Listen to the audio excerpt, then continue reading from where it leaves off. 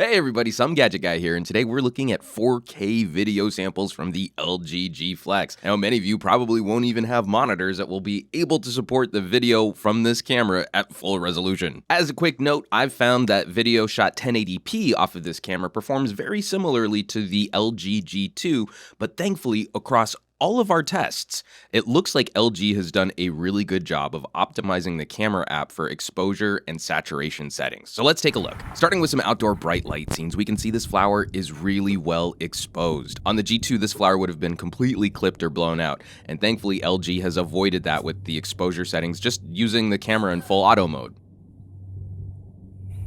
And there's a startling amount of detail that's being maintained when the camera doesn't have to employ a lot of noise reduction. These tiny little flowers look super crisp and super detailed, and there is just that touch of depth of field where things really close to the lens are starting to blur out a little bit.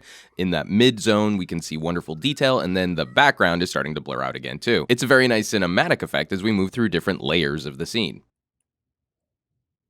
Ditto these daisies. Yellows and reds can be really difficult for a digital camera to properly expose, and the LG G Flex is doing a wonderful job of getting all of that color information in there without clipping any of the highlights. Fantastic exposure.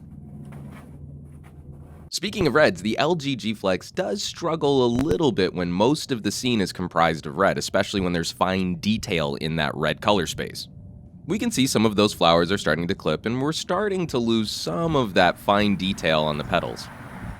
But honestly, a lot of cameras will struggle with this, and the G Flex is doing better than most. I've noticed in shaded scenes, the G Flex can be somewhat conservative with saturation. In real life, to my eye, these flowers have a lot more purple in them than what the G Flex was willing to color in. It's the same with this wall of flowers here. I want a little more pink. I want the colors to pop just a little bit more. It's by no means bad video, we just want something a little juicier to show off. Moving into our exposure transition test, LG has done a wonderful job of improving the bloom as we move from a dark indoor scene to a bright outdoor lit scene.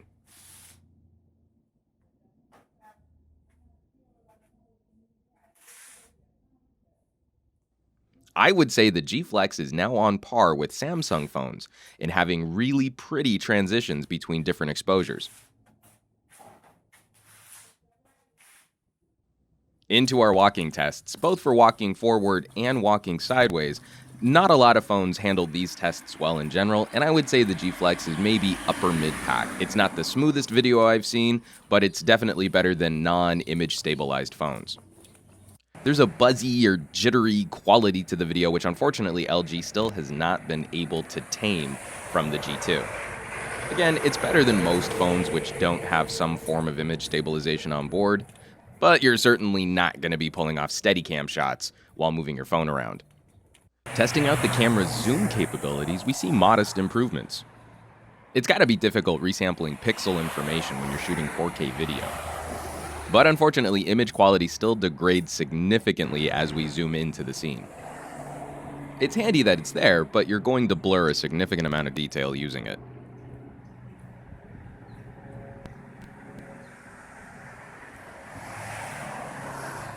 In our bright outdoor street scene, the LG G Flex is doing a much better job than the G2 of exposing for white cars and then still maintaining some blue color in the sky. This camera doesn't quite have the dynamic range of a Nokia camera, for example, but it's doing a much better job of not clipping highlights in brightly lit scenes. And even though it's shooting 4K video, which I'm sure is taxing the processor more, it's doing a much better job of tracking movement than any previous LG camera that I've played with. Now, one note to listen to in this scene is I'm not horribly impressed with LG's audio. While they're trying to employ audio zoom capabilities, they're also using a substantial amount of noise reduction, which lends the background a really ugly, warbly, underwater sound effect.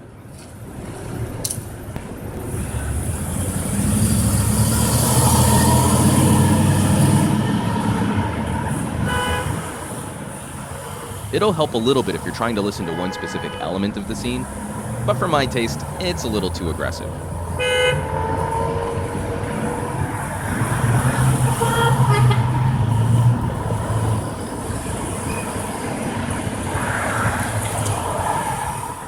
And you can really hear that noise reduction at play in this freeway scene, as the camera is struggling to try and make a decision on what is noise and what's actual audio that we should be paying attention to.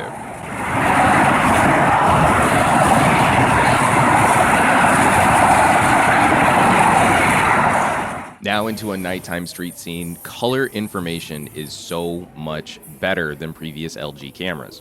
But you can also see where the camera does struggle a little bit in terms of dynamic range, with the sign being completely blown out so that we can maintain proper exposure for the rest of the scene. All in all though, with a little light information, it's a much more pleasant experience than any other LG camera I've picked up in the past. And the G Flex is far more competitive in this test against phones like the Galaxies and the iPhone. Now, moving into scenes with almost zero lighting, with the camera having to rack up ISO, we start to lose that 4K advantage as the LG is employing ridiculous amounts of noise reduction to try and make the scene less grainy. However, I get to praise the LG again for its white balance here. It's doing a really good job of balancing the yellow lighting with the fact that this is a white gate. This is very true to what this scene looks like in real life.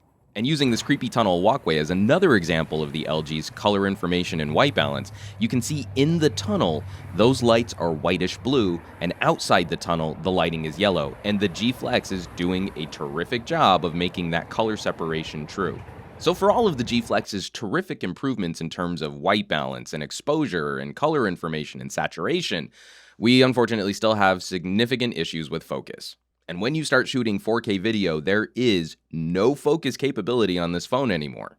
You are shooting full auto, and you cannot manually focus onto anything in your scene, either tapping before you start shooting video or after you start shooting video. And it can be a really frustrating setup when you're trying to get a good macro shot. And if there's anything LG should focus on next for their cameras, it's giving us the ability to focus on what we want to focus on in any given scene. But focusing issues aside, as long as the camera doesn't have to employ a lot of noise reduction, you can get some stunning detail out of the LG G Flex when shooting 4K video. As always, folks, thanks so much for watching, for sharing, for dropping me comments and subscribing, and I will catch you all on the next review.